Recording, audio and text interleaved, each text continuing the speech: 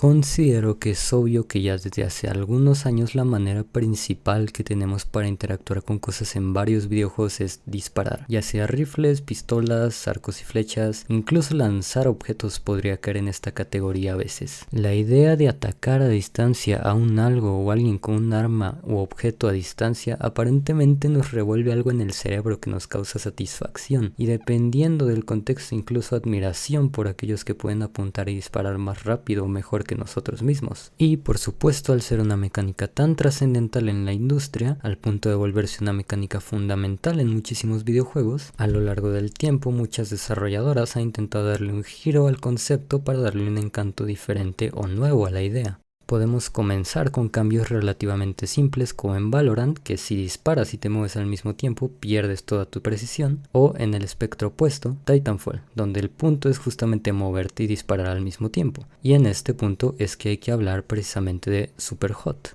Tal vez ya habías escuchado de este juego, pues en aquellos años de 2016 se nos presentó con su concepto fundamental que es manipular el tiempo. Solo que, a diferencia de otros juegos como Life is Strange, donde es parte de la historia, o Cyberpunk, donde se reduce a una habilidad que podemos usar o no, en Superhot nuestra capacidad de manipular el tiempo de forma continua es el eje principal sobre el que va el juego, causando que obtuviera un pico de popularidad que si bien se esfumó de forma rápida, fue suficiente para que en 2020 obtuviéramos una expansión que es más honestamente una secuela, con el subtítulo Mind Control Delete, y que vino a masterizar, si es que se puede usar esa palabra en este contexto, la experiencia original de Superhot, y es precisamente esa secuela de lo que se pretende hablar hoy. Así que hoy comenzamos con Superhot.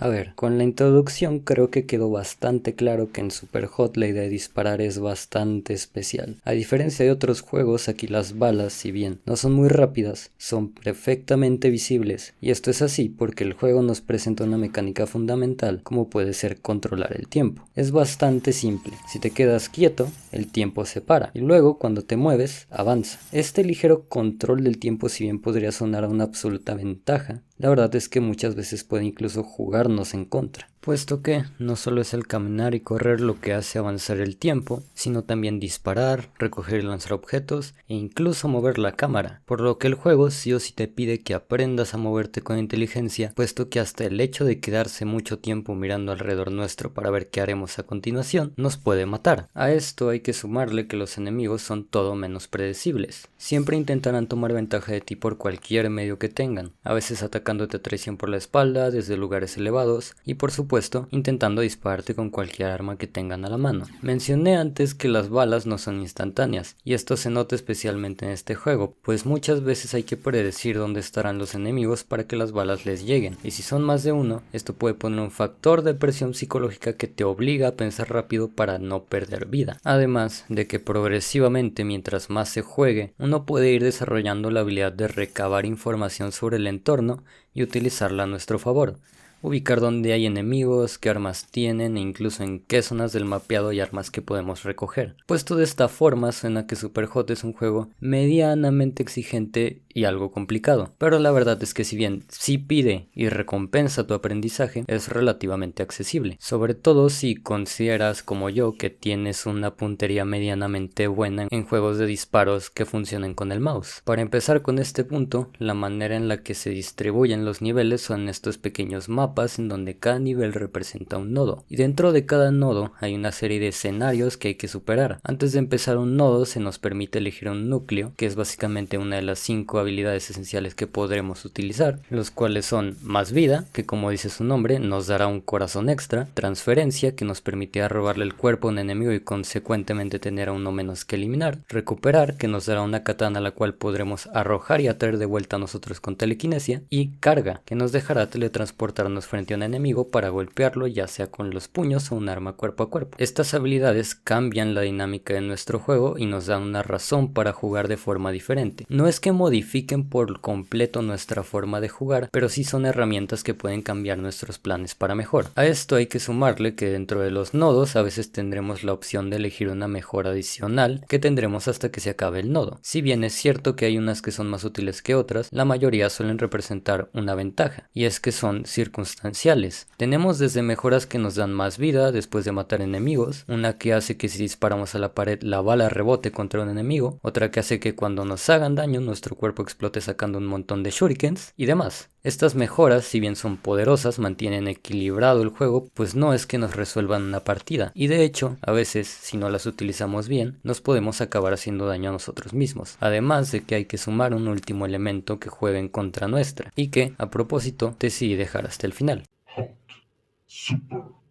Para hablar de los inmortales hay que poner un poco de contexto, y es que este juego tiene historia, aunque de primeras no lo parezca. Y es que es honestamente irrelevante, intrascendente y muy poco interesante. Esta se nos cuenta por medio de nodos especiales que incluyen unas pocas conversaciones o diálogos que honestamente no dicen mucho. Este es el tipo de historia que se nos cuenta muy por encima y de forma muy indirecta, no como en Dark Souls, que por ejemplo es más como descubrir una historia de un mundo que no conoces. Es más similar a escuchar un chisme que cuentan dos personas desconocidas a la lejanía y que tú solo escuchas sin querer. Y obvio está hecha así para que cada quien genere su propia interpretación. Yo personalmente creo que va sobre una persona que es adicta justamente a este juego, Superhot, y que por lo tanto se siente controlada mentalmente. Y es hacia el final del juego, en estos últimos 3 nodos, que se vuelve notoria la presencia de los mencionados inmortales. A nivel de gameplay, son enemigos inmortales, como indica su nombre, que nos atacan usando nuestras propias habilidades de transferencia, corte y recuperación, siendo hasta que acabamos dichos 3 últimos nodos que podemos acabar con ellos. Estos enemigos en circunstancias normales aparecen de forma aleatoria, lo cual le da un giro increíble, honestamente, a nuestra forma de jugar, pues nuevamente nos pone un componente psicológico de presión, haciendo que nosotros busquemos escapar de ellos, en vez de, como siempre, estar activamente intentando eliminar enemigos, por lo que muchas veces te verás obligado a simplemente empezar a correr, con lo que obviamente viene la consecuencia de que el tiempo avance más de lo que tú quisieras. Pero, y ahora sí, a nivel de historia, podríamos suponer que estos representan parte de la adicción del jugador, y la muerte de estos justamente como se va librando poco a poco de su adicción. Hay que recordar que esto es mi interpretación personal y que dudo mucho que sea correcta, en parte por de nuevo lo mal que está contada la historia y lo poco perspicaz que puedo llegar a ser. A todo esto hay que sumarle el segmento final del juego, en donde después de acabar con los 3 inmortales pasas a un último módulo en el que empiezas a renunciar, y el que notoriamente te darás cuenta de que no puedes pasar como un nivel normal. De hecho, solo se pasa presionando la E, solo para que al final aparezcas en este mapa, del cual después de escapar te toparás con que hay un temporizador de 2 horas y media reales, el cual tendrás que esperar, a no ser que decidas simplemente ya no jugar. Y sí, yo lo tuve que esperar completo, o sea, de verdad, incluso me tomé el tiempo de bañarme y cuando me salí aún estaba ahí el temporizador. Y es que honestamente jamás había visto un elemento tan mal ejecutado dentro de una historia. Y es que si la historia de por sí no aporta prácticamente nada a la experiencia, esto solo la vuelve una auténtica molestia. Y es que aquí se vuelve notorio un conflicto en los intereses de los desarrolladores. Obvio, creo que todos estamos acostumbrados a que un juego haga por lo menos bien uno de sus elementos. A veces la jugabilidad puede flaquear, pero te puede entregar una historia muy interesante, y incluso existen los llamados juegos cinemáticos, que se enfocan única y precisamente en la historia, y que si te has dado el tiempo de jugar algunos, seguramente tengas entre tus favoritos un juego del tipo. Pero en este caso, yo creo que hubiera sido mejor que para Superhot se hubieran enfocado puramente en las mecánicas de juego. Creo que aquellos últimos 3 nodos en los que los inmortales aparecen en todos los escenarios están bien, porque si bien son notoriamente más complicados que un nodo normal, tampoco representan un desafío que sea imposible. Y yo creo que si simplemente hubieran estado ahí, podrían haber fungido perfectamente como un triple jefe final, por así decirlo. Y de nuevo, creo que justamente esta supuesta historia y sobre todo ese segmento final se sienten tan fuera de lugar, porque la esencia que tiene Superhot y la razón por la que la gente lo juega y el motivo por el que en algún momento llegó a ser tan popular es justamente por su gameplay, al punto de que ya está anunciado un juego que es, por así decirlo, su opuesto de otro estudio, en el cual el tiempo se detiene solo cuando tú te estás moviendo, a diferencia de aquí. Y yo creo que eso es la prueba de la, si bien no tan notoria, definitivamente trascendente huella que dejó este juego para la posteridad.